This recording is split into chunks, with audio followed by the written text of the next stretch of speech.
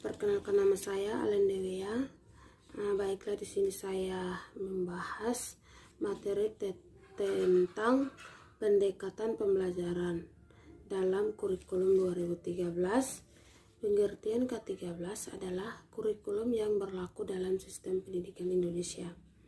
Nah, kurikulum ini merupakan kurikulum tetap diterapkan oleh pemerintah untuk menggantikan kurikulum 2006 yang sering disebut sebagai kurikulum tingkat satuan pendidikan yang telah berlaku selama yang lebih 6 tahun. Nah, kurikulum 2013 ini masuk dalam masa percobaannya pada tahun 2013 dengan menjadikan beberapa sekolah menjadi sekolah rintisan. Nah, pada kurikulum 2013 terhadap 3 model pembelajaran yang menjadi adalah bisa mendukung aktivitas belajar mengajar 3 model. Itu adalah model pembelajaran berbasis project based learning, model pembelajaran berbasis masalah problem based learning, model pembelajaran penentuan discovering learning. Ada juga karakteristik, ada 12 karakteristik. Yang pertama, isi atau yang kedua, kompetensi ini KL merupakan gambaran secara kategorial mengenai kompetensi dalam aspek sikap, pengetahuan, dan keterampilan kognitif dan psikomotor yang harus dipelajari peserta didik untuk suatu jenjang sekolah, kelas, dan mata pelajaran. Nah, kompetensi inti adalah kualitas yang harus dimiliki seorang peserta didik untuk setiap kelas melalui pembelajaran KD yang diorganisasikan dalam proses pembelajaran siswa yang aktif. Nomor 3, kompetensi dasar KD. Ini merupakan kompetensi yang dipelajari peserta didik untuk suatu tema untuk SD atau MI dan untuk mata pelajaran di kelas tertentu untuk SMP, MTS, SMA atau MA atau SMK, MAK. Nah, yang keempat itu kompetensi inti dan kompetensi dasar di jenjang pendidikan menengah diutamakan pada ranah sikap, sedangkan pada jenjang pendidikan menengah pada kemampuan intelektual, kemampuan kognitif tinggi. Yang kelima itu kompetensi inti menjadi organisatoris. Nah, ini kompetensi dasar yaitu semua KD dan proses pembelajaran dikembangkan untuk mencapai kompetensi dalam kompetensi inti. Yang kelima, kompetensi dasar yang dikembangkan didasarkan pada prinsip akumulatif. Nah, akumulatif ini saling memperkuat dan memperkaya antara pelajaran dan jenjang pendidikan organisasi horizontal yang vertikal. Itu silabus dikembangkan sebagai rancangan belajar untuk satu tema SD atau MI atau satu kelas dan satu mata pelajaran. Jadi dalam silabus tercantum seluruh KD untuk tema atau mata pelajaran di kelas tersebut.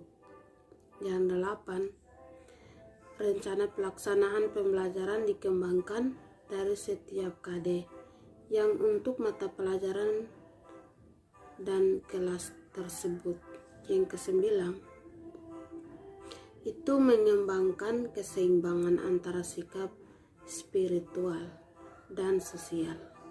Ini pengetahuan dan keterampilan serta menerapkannya dalam berbagai dari masyarakat yang memberikan pengalaman belajar agar peserta didik mampu menerapkan apa yang dipelajari di sekolah ke masyarakat dan manfaat masyarakat sebagai sumber belajar.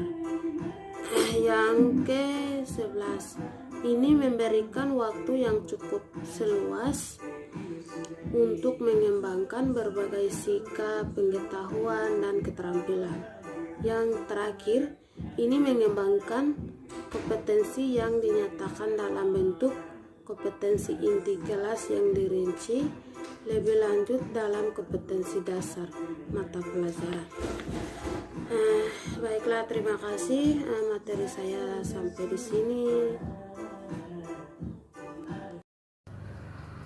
Baiklah, assalamualaikum warahmatullahi wabarakatuh. Baiklah, di sini saya Martin Satrio akan melanjutkan tentang karakteristik kurikulum 2013, di mana di poin ke-13 yaitu mengembangkan kompetensi inti kelas menjadi unsur pengorganisasi atau organizing element.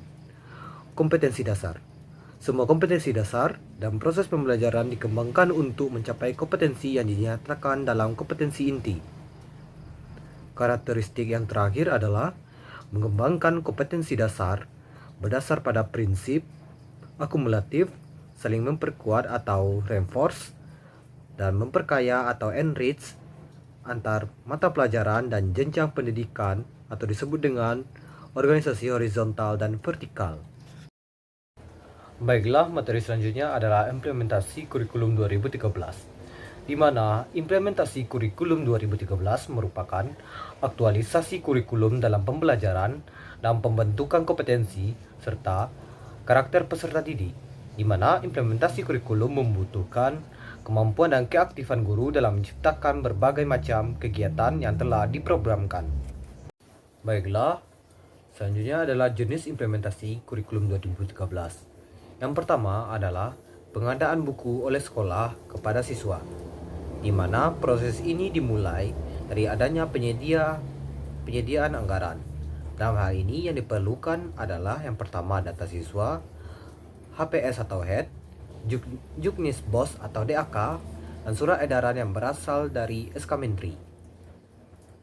Setelah itu dilanjutkan kepada proses pengadaan buku baik oleh pihak Dinkas atau sekolah untuk pemasokan bukunya, bisa dengan membeli sendiri atau tender. Jenis implementasi yang kedua adalah pelatihan terhadap guru, di mana tahapan pada pelatihan guru ini juga dimulai dari penyediaan anggaran yang melibatkan data guru, kurikulum dari pelatihan, modul, rincian biaya, dan surat edaran. Kemudian dilanjutkan dengan proses persiapan pelatihan mulai dari persiapan materi dan dilanjutkan dengan persiapan narasumber. Jenis implementasi yang selanjutnya adalah pendampingan terhadap guru, di mana dalam hal ini diperlukan yang namanya pembuatan anggaran dan guru pendamping. Sesudah ada penetapan guru pendamping, maka akan dilanjutkan kepada proses pelaksanaan pendampingan. Setelah itu sudah bisa dilaksanakan proses pembelajaran. Jenis implementasi yang keempat adalah pelaksanaan pembelajaran. Di dalam pelaksanaan pembelajaran ini dilakukan oleh guru yang telah mendapatkan bimbingan dari pihak pendamping. Selain itu, guru tersebut juga telah memiliki kompetensi dan kemampuan standar untuk mengaplikasikan rancangan kurikulum ini. Proses pembelajaran ini melibatkan keseluruhan siswa yang ada di dalam sekolah atau lembaga pendidikan.